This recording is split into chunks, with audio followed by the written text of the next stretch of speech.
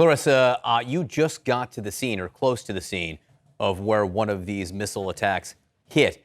Your signal's been coming in and out. We have you right now. Please tell us what you're seeing and what you're learning.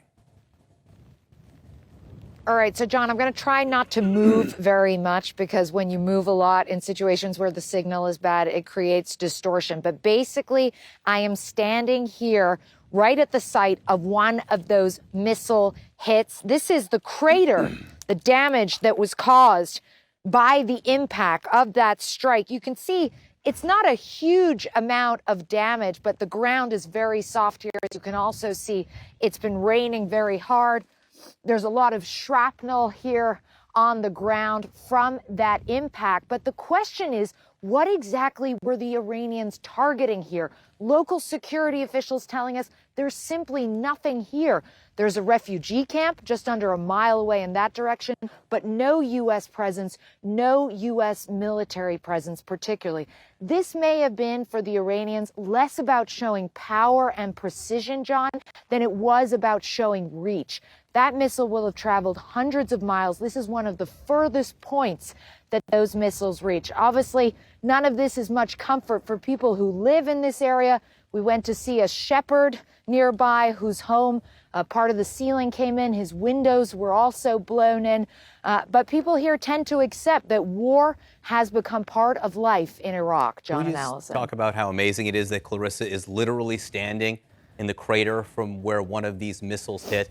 These used to be living quarters. This is where the troops would sleep, at least one of the areas. There is almost nothing left, nothing that was salvageable, we were told. The crater itself impacted over here, and it was one of 10 impacts that happened. Being here, it's truly extraordinary how anyone managed to survive, that there were no casualties. When you look at the destruction and then hearing all of the stories of the close calls, of the heroics, what we are now learning is that there was advance warning to a certain degree. They knew something was going to happen, they just didn't know what. And about 11 p.m. at night, those that were able to go to the bunkers went to the bunkers, but there were still troops that were out manning posts that, because of the security situation, they had to stay at. So people were beginning to take shelter at around 11 p.m. and then at 1:34, that's when the first impact happened. A lot of those who we are talking to are saying that it was unlike anything they had ever imagined. Of course, on the one hand, the training does kick in, but at the end of the day, this is a terrifying experience, a terrifying situation. And this is Lieutenant Colonel Stacy Coleman. We've been speaking all day, and I mean, you were telling us, what was that night like? How do you even begin to describe it? It's very hard to describe it. I will tell you it was extremely scary. Some of my team and myself were hunkered down in one of those bunkers, and when the first wave started hitting, you could feel the shock wave.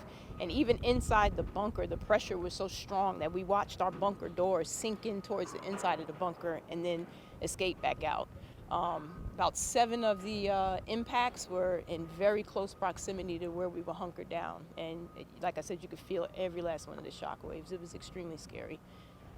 And very lucky, or was it the training, the precautions that were taken, that there were no U.S. casualties? I'd say it was all of that. I'd say it was a combination of God looking out for us. It was a combination of, you know, the little bit of intel and advance warning that we got. And then it was the smart commanders on the ground making on-spot decisions to get people out of harm's way.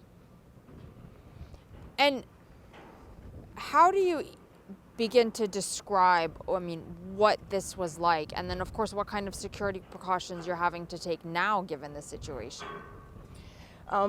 This was, like I said, we knew something was happening, but we didn't know exactly what. As the time grew closer, we kind of thought we had an indication of what it might be, but we still weren't certain. So we had advance warning that there may be some rockets followed by a base incursion. And so we had to keep our security forces out to make sure that we were safe from that. So there were a good number of folks out along the perimeter and within the airfield, keeping it secure. Out there on the perimeter, keeping it secure while these missiles are coming in. Yes, they were outside during every last one of the missile strikes.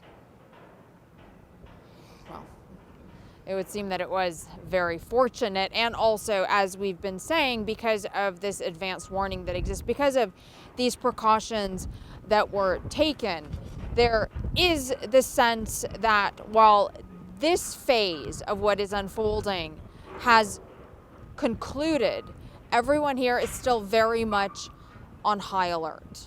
Arwa Damon, CNN, Al Assad Air Base, Iraq.